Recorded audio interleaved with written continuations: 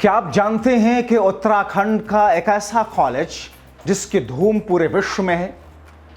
उत्तराखंड के देहरादून का एक ऐसा कॉलेज जहां से पढ़े हुए दो छात्र अलग अलग देशों के प्रधानमंत्री तक बने। देहरादून के इस कॉलेज की धूम आखिर विश्व में और किन किन वजहों से है, आपको विस्तार से बताते हैं। बहुत स्वागत है आप सभी का। आप देख रहे हैं उत्तराखंड न्यूज। दरअसल देहरादून को भारत का प्रमुख एजुकेशन हब माना जाता है, जहां कई जाने माने स्कूल, कॉलेजेस और विश्वविद्यालय हैं। इसी कड़ी में देहरादून का एक कॉलेज ऐसा है जिसकी चर्चा पूरे विश्व में होती है।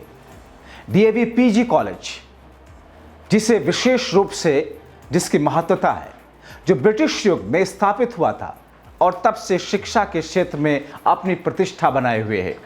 इस कॉलेज की एल्यूमनी लिस्ट में दो देशों के प्रधानमंत्री, सेना के बड़े अधिकारी और एवरेस्ट फतह करने वाले बछेंद्री पाल जैसे हस्तियों के नाम शामिल हैं, जो इस संस्थान के गौरवशाली इतिहास को समृद्ध बनाते हैं। डीएवी पीजी कॉलेज का प्रभाव भारत ही नहीं बल्कि अन्य देशों तक फैला है। यहां से मॉरिशस के पूर्व प्रधानमंत्री सर विश्वसागर राम गुलाम और नेपाल के पूर्व प्रधानमंत्री लोकेंद्र बहादुर चंद जैसे महान नेताओं ने शिक्षा प्राप्त की है।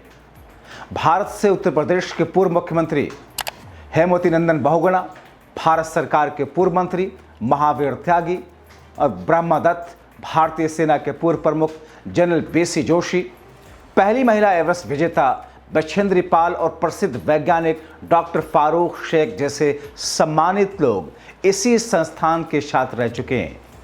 अब अपने आप में इस संस्थान का ये जो गौरव है, इस संस्थान की जो छवि है, वो पूरे विश्व में न सिर्फ जानी और पहचानी जाती है, बल्कि इस डीएवी कॉलेज की चर्चा हर तरफ धड़ल्ले से होती है। विधानसभा अध्यक्ष और पूर्व कैंट विधायक हरबंस कपूर 1967 में डीएवी कॉलेज के छात्र संघ महासचिव भी रहे हैं।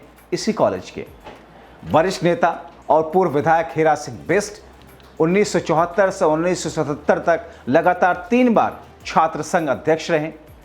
कांग्रेस नेता सूर्यकांत धस्माना वर्ष 1988 में डीएवी अध्यक्ष रहे। बीजेपी नेता रविंद्र जुगरान 1992 में डीएवी कॉलेज में छात्र संघ अध्यक्ष रहे।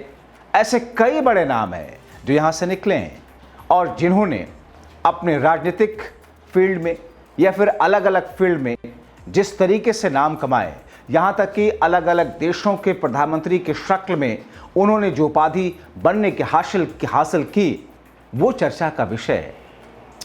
जिस तरीके से अब इस डीएवी कॉलेज को लेकर के चर्चाएं हो रही हैं, हर तरफ डीएवी कॉलेज का जलवा दिखता है।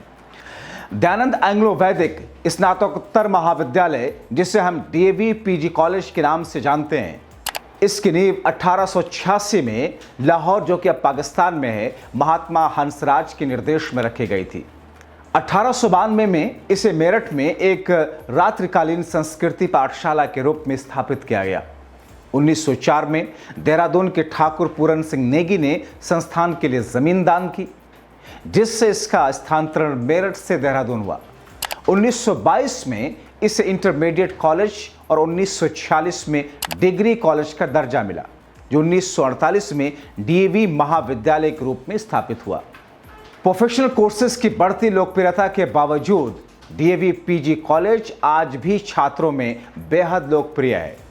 उत्तराखंड और पश्चिमी उत्तर प्रदेश की बड़ी संख्या में छात्र यहाँ पर दाखिला लेने के लिए आते हैं।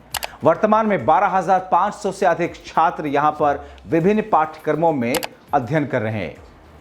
दशकों से इस कॉलेज का आकर्षण बरकरार है, जो इसे शिक्षा का एक प्रतिष्ठित संस्थान बनाए हुए है।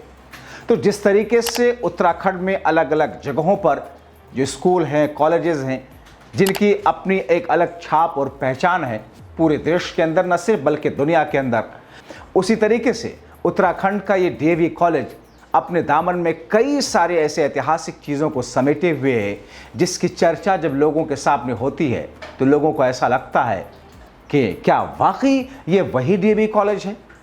और मौजूदा वक्त में इसके तारीख को लेकर, इसके इतिहास को लेकर के जिस तरीके से चर्चाएं होती हैं, जिसमें प्रमुखता के साथ में दो देशों के प्रधानमंत्री, माउंट एवरेस्ट पर चढ़ने वाली शख्सियत का नाम और इसके अलावा कई सारे ऐसे लोग वैज्ञानिकों से लेकर के बड़े राजनेताओं से लेकर के चुनिंदा लोगों के नाम इसमें शामिल हैं। आज भी डीएवी कॉलेज का जो स्तर है, जो पढ़ाई का है, उत्तर प्रदेश हो, उत्तराखंड हो या आसपास के रहने वाले लोग, वो ये इस डीएवी कॉलेज में आकर के दाखिला लेने के इच्छुक रहते हैं और यहाँ से पढ़ाई करने की इच्छा उनकी हमेशा रहती है।